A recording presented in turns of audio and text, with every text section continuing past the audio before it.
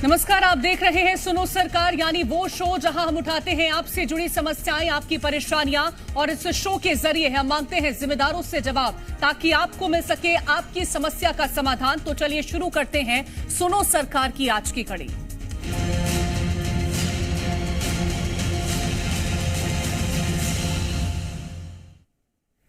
तो सुनो सरकार में आज बात लापरवाही और भ्रष्टाचार की होगी। सबसे पहले आपको उमरिया से आई खबर दिखाएंगे, जहां कॉलेज निर्माण में बड़ा भ्रष्टाचार सामने आया। 1 साल पहले ही तैयार हुए कॉलेज की इमारत अब भ्रष्टाचार की परतें उधरती नजर आ रही हैं। हैरानी की बात यह है कि मामले में कई बार जिम्मेदारों को पत्र लिखे जा चुके हैं, लेकिन अब तक किसी के खिलाफ कोई कार्रवाई नहीं की गई है। तो वहीं बात हरदा के बस स्टैंड की करेंगे, जो कि 36 साल पुराना है और अब इस बस स्टैंड को मरम्मत की जरूरत है। लेकिन ना तो इस बस स्टैंड की मरम्मत की जा रही है और ना ही नया बस स्टैंड यात्रियों के लिए बनाया जा रहा है। ऐसे में यात्री डर के साए में यहां बैठने को मजबूर हैं। और सुनो सरकार में बात बलरामपुर के बस स्टैंड की भी करेंगे, जहां यात्रियों के लिए किसी तरह की कोई सुविधा नहीं है। 21 लाख की लागत से बनाए गए इस बस स्टैंड में जहां यात्रियों के लिए पंखे नहीं है, तो वहीं शौचालय के लिए भी यात्रियों को परेशान होना पड़ता है। तो 1 साल पहले उमरिया में 8 करोड़ की लागत से मॉडल कॉलेज का निर्माण किया गया था, लेकिन निर्माण एजेंसी और ठेकेदारों ने इस कदर भ्रष्टाचार किया कि 1 साल बाद ही कॉलेज जर्जर हो चुका है। आलम यह है कि बारिश के दिनों में लाइब्रेरी में रखी किताबों को बचाने के लिए कॉलेज प्रबंधन को अच्छी खासी मेहनत करनी पड़ती है। भ्रष्टाचार के मामले में कई बार शिकायत की गई, लेकिन अधिकारी मौन है।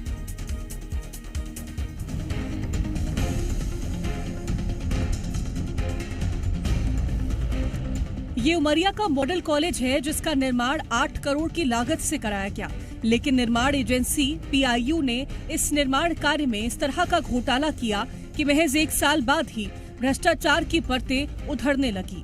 निर्माण एजेंसी PIU और ठेकेदार की मिलीभगत से कॉलेज निर्माण में घटिया सामग्री का इस्तेमाल किया गया है, जिसकी तस्वीर अब खुद लोगों के सामने आ रही है।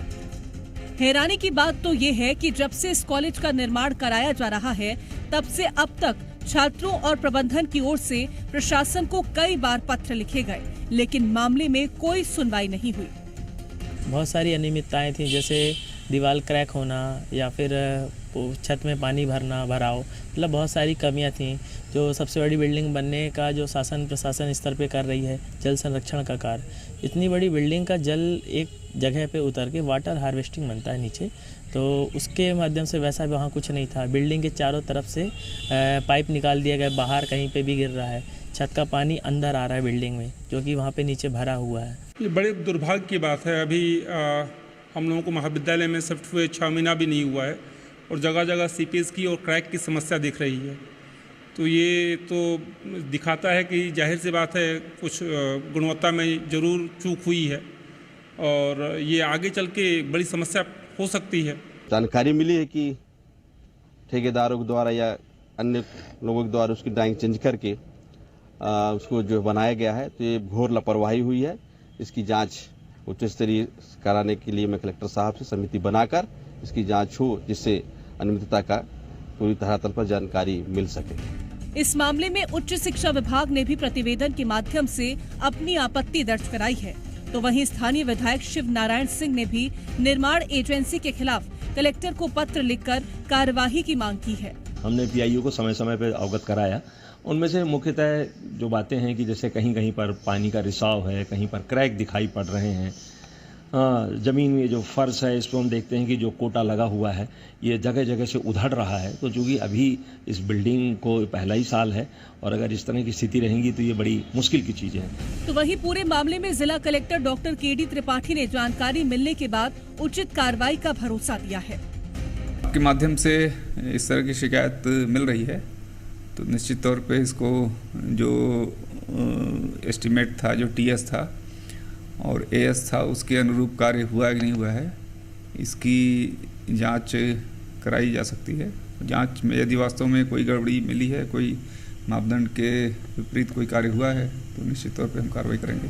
आदिवासी बहुल्य जिला उमरिया में छात्रों को उच्च शिक्षा के लिए आवंटित उच्चतम बजट को PAIU विभाग ने लीपापोती कर खंडर का निर्माण कर दिया है, जिससे छात्रों को मिलने वाले लाभ में ग्रहण लग गया है। ऐसे में देखना होगा कि आखिर कब भ्रष्ट अधिकारियों के खिलाफ कार्रवाई की जाती है। ब्यूरो रिपोर्ट, जी मीडिया। और ज्यादा जानकारी के साथ हमारे संवाददाता अरुण त्रिपाठी उमरिया से जुड़ गए हैं। अरुण, 8 करोड़ की लागत से स्कूल को तैयार किया जाता है, उसके बाद 1 साल में जो तस्वीरें निकल के सामने आती हैं वो भ्रष्टाचार को साफ तौर पर उजागर कर रही हैं। अधिकारियों पर कार्रवाई कब की जाएगी?